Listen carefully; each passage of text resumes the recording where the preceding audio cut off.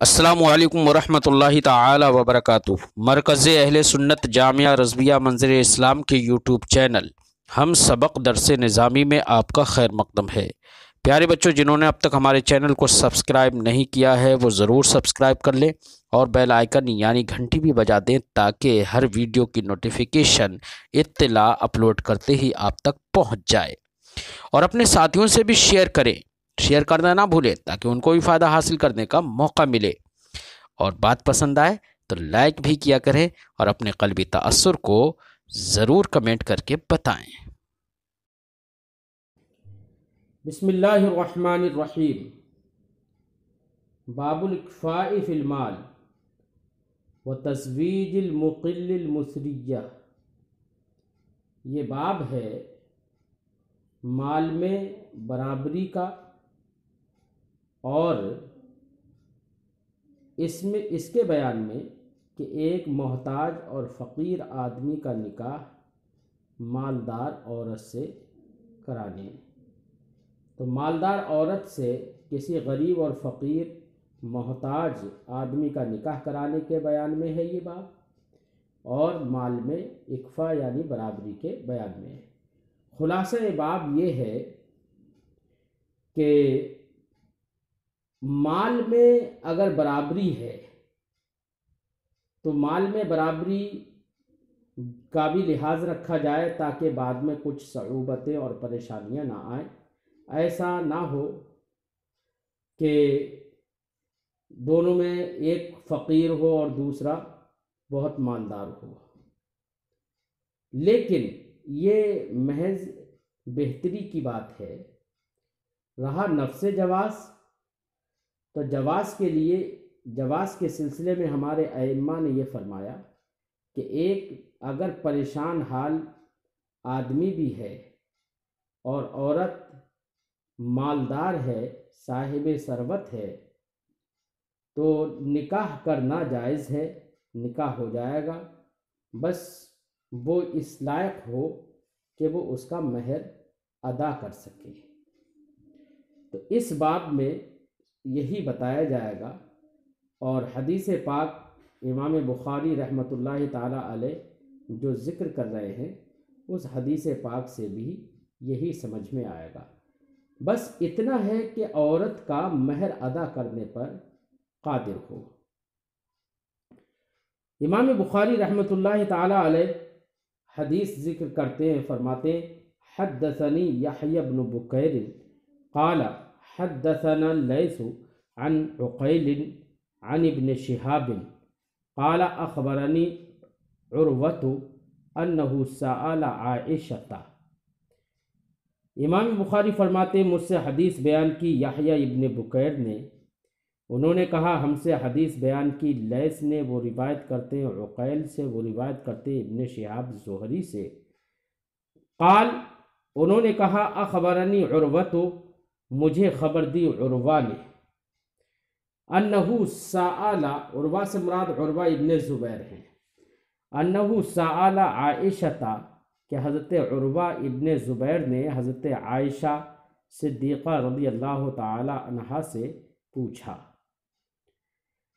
کس کے بارے میں پوچھا؟ اس آیت کریمہ کے بارے میں، وَإِنْ خِفْتُمْ أَلَّا تُقْسِطُوا فِي الْيَتَامَى، کہ اللہ نے فرمایا ہے کہ اگر تم خوف کھاؤ اس بات کا کہ اللہ تقسطوا فی الیتامى، کہ تم یتامہ اور یتیم بچیوں کے سلسلے میں انصاف نہیں کر پاؤ گے۔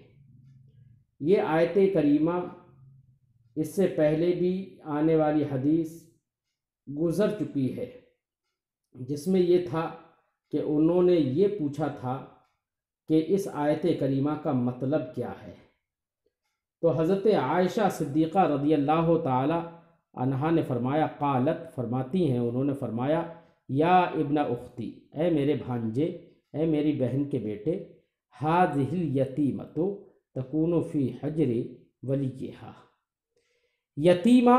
یہ یتیمہ عورت جو اپنے ولی اور ذمہ دار کی گود میں پرورش پاتی ہے۔ تو یتیمہ وہ عورت یا وہ بچی ہوتی ہے کہ جس کا والد انتقال کر گیا ہو۔ تو حضرت عائشہ صدیقہ رضی اللہ تعالی عنہا نے فرمایا یہ یتیمہ عورت، یتیمہ بچی جو کہ اپنے ولی کی گود میں پرورش پاتی ہے، فیرغبو، تو اس کا معاملہ یہ ہے کہ فیرغبو فی جمالہا و مالہا، کہ وہ ولی اور اس کے جمال، اس کی خوبصورتی اور اس کے مال میں رغبت رکھتا ہے۔ یرید، چاہتا ہے، ان ینتقص صداقہا، اور صداق اور صداق دونوں لفظ ہیں، یہ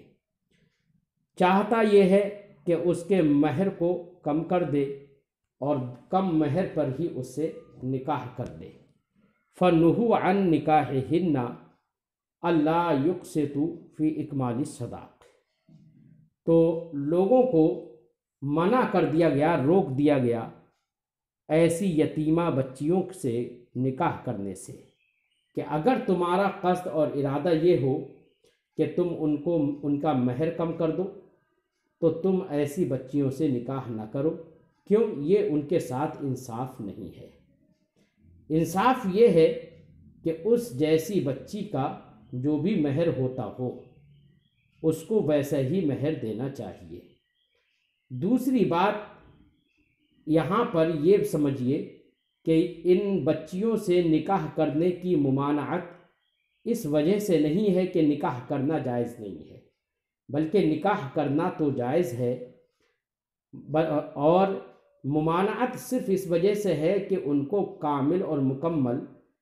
مہر نہیں دینے کا ارادہ ہوتا ہے جس کا، وہ ایسے لوگوں کو منع ہے۔ الا، اسی لیے آگے استثناء ہے، الا ان یقسطوا فی اکمال الصداق، مگر یہ کہ یہ لوگ مہر کو مکمل کرنے میں انصاف کریں،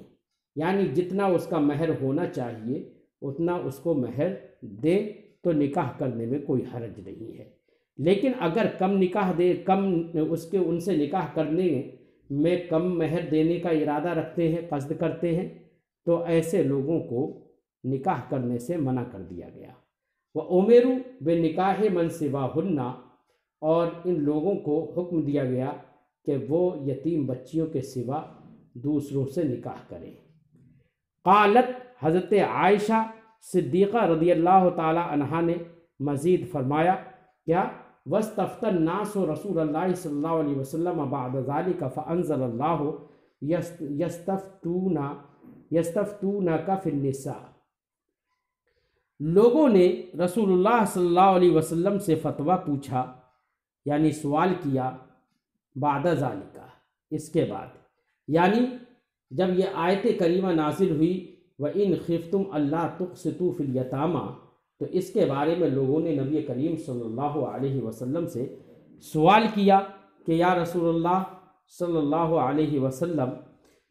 کیا ایسی لڑکیوں سے جو یتیمہ ہیں ان سے نکاح کس صورت میں کیا جا سکتا ہے، کس صورت میں نہیں کیا جا سکتا ہے؟ تو اللہ رب العزت نے ان کے سوال کرنے کے بعد انزل اللہ رب العزت نے یہ آیت کریمہ نازل فرمائی۔ کیا ہے آیت کریمہ؟ وہ آیت کریمہ کا شروع کا اور آخر کا ٹکڑا امام بخاری نے یہاں پر ذکر کیا۔ فَأَنزَلَ اللَّهُ يَسْتَفْتُونَكَ فِي النِّسَاءِ، تو اللہ تعالیٰ نے نازل فرمائی آیت کریمہ کہ اے محبوب، لوگ تم سے عورتوں کے بارے میں پوچھیں گے، یعنی یتیم عورتوں کے بارے میں پوچھیں گے، اور پھر یہاں تک نازل فرمائی وَتَرْغَبُونَ أَن تَنكِحُوهُنَّ، اور تم رغبت کرو گے اس بات میں کہ تم ان سے نکاح کر لو۔ فَأَنزَلَ اللَّهُ لَهُمْ، تو حضرت عائشہ صدیقہ رضی اللہ تعالی عنہا نے اب آیت کریمہ کا مطلب بتایا، فرمایا فَأَنزَلَ اللَّهُ لَهُمْ أَنَّ الْيَتِيمَ إِذَا كَانَتْ ذَاتَ جَمَالٍ وَمَالٍ رَغِبُوا فِي نِكَاحِهَا وَنَسَبِهَا فِي إِكْمَالِ الصَّدَاقِ، اللہ نے ان کے لوگوں کے لیے یہ نازل فرمایا حکم کہ یتیم بچی اذا کانت ذات جمال و مال، کہ یتیم بچی جب حسن و جمال والی اور ثروت و مال والی ہوتی، رغبوا فی نکاحہا، تو اس کی خوبصورتی اور اس کے مال کو دیکھتے ہوئے لوگ ان سے نکاح کرنے میں رغبت رکھتے، و نسبہا، اور ان کے نسب میں رغبت رکھتے، فی اکمال الصداق،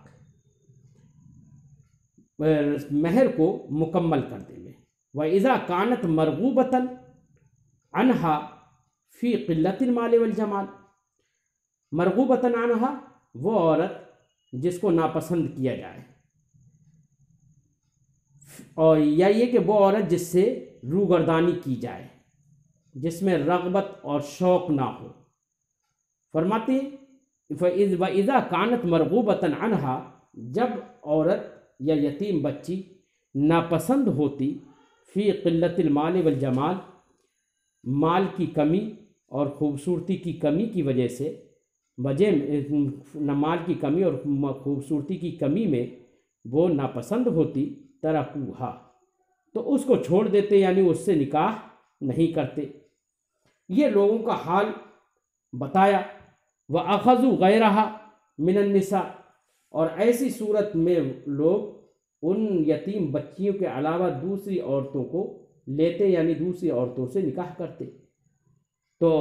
پیسے والی اور حسن و جمال والی یتیم بچیوں کے نکاح میں لوگ رغبت رکھتے تھے، اور جو ناپسند ہوتی تھیں مال و جمال کے اعتبار سے،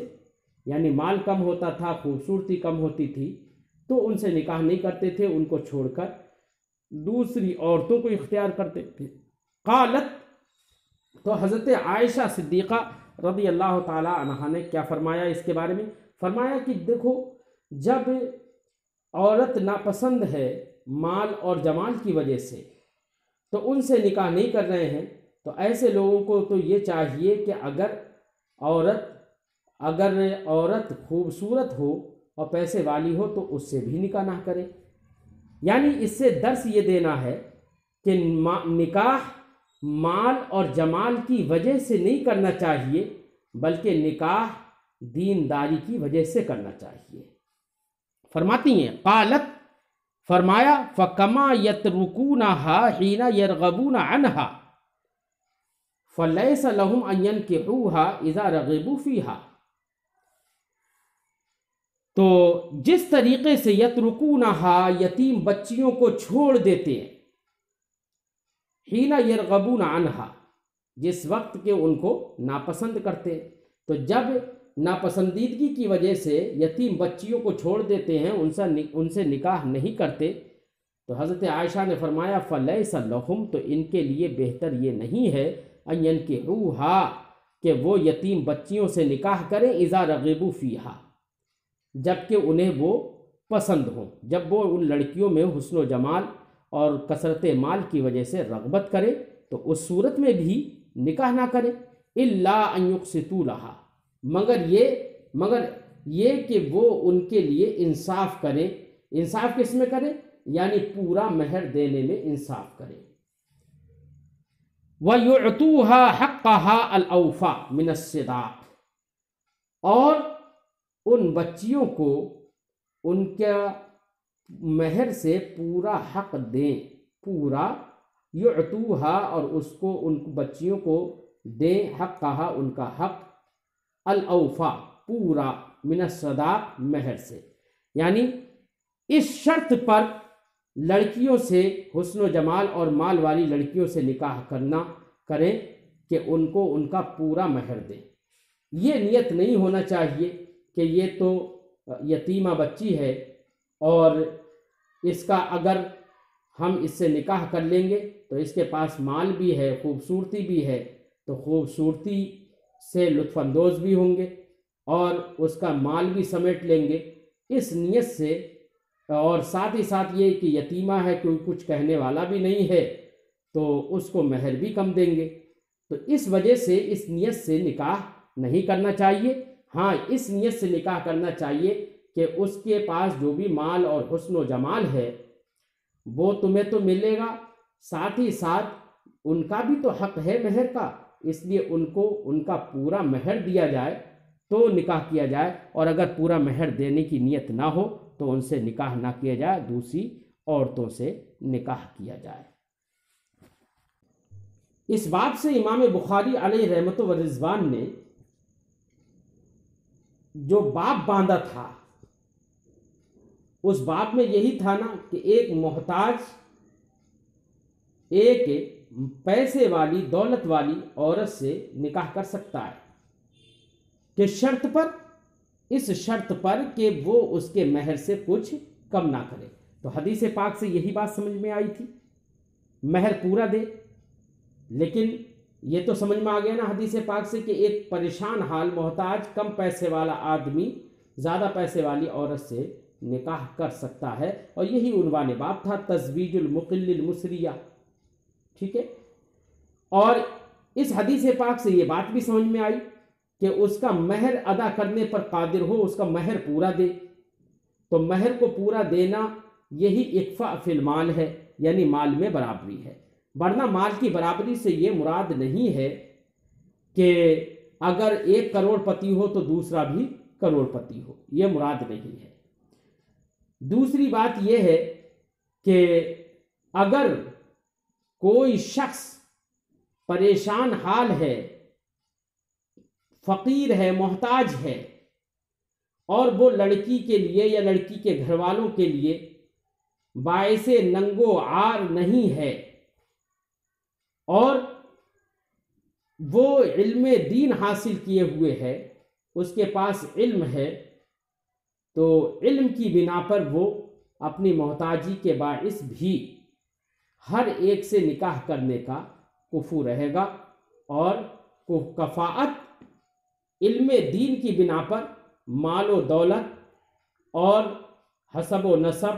وغیرہ دوسری چیزوں میں کفاءت کی کوئی ضرورت نہیں ہے۔ یہی وجہ ہے کہ ہمارے فقہائے کرام نے فرمایا کہ اگر ایک عالم ہے تو عالم دین جس کے پاس علم دین ہے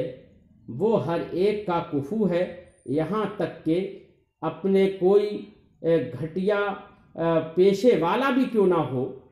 اگر عالم دین ہے تو وہ اعلیٰ نسب والے کا بھی کفو بن جائے گا۔ لہذا ایک عالم دین چاہے وہ کسی بھی برادری اور نسب سے تعلق رکھتا ہو، وہ کفو ہے کسی شیخ، مرزا یا کسی اور بڑے نسب والے جیسے کہ سیدہ،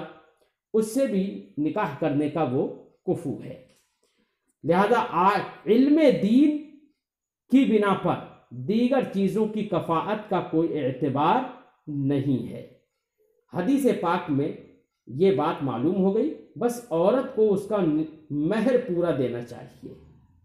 مہر دینے پر قادر ہو، اور اگر اس کے پاس مہر بھی نہیں ہے تب بھی اتنا مہر اس پر لازم ہوگا کہ جتنا عورت کا مہر مثل بنتا ہے اتنا اس پر لازم ہوگا، کسی بھی طریقے سے کما کر اس کو اس کا حق